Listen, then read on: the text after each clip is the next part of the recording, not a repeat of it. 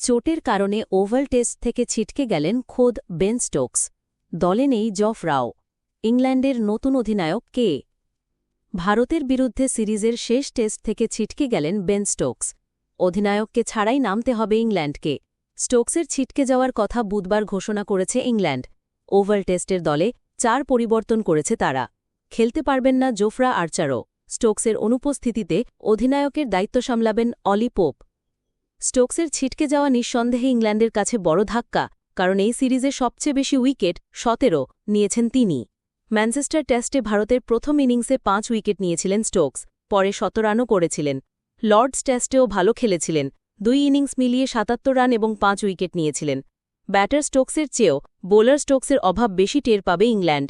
শেষ 2টি টেস্টে ম্যাচের সেরা ক্রিকেটার হওয়া ছাড়াও গুরুত্বপূর্ণ সময়ে ভারতের উইকেট তুলতে জুড়ি ছিল না তার। ম্যানচেস্টারে স্টোকসের বল খেলতে ভারতের ডানহাতি ব্যাটারদের খুবই অসুবিধে হয়েছে।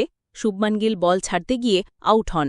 স্টোকসকে নিয়ে যে অনিশ্চয়তা রয়েছে তা বোঝা গিয়েছিল চতুর্থ টেস্টের চতুর্থ দিন।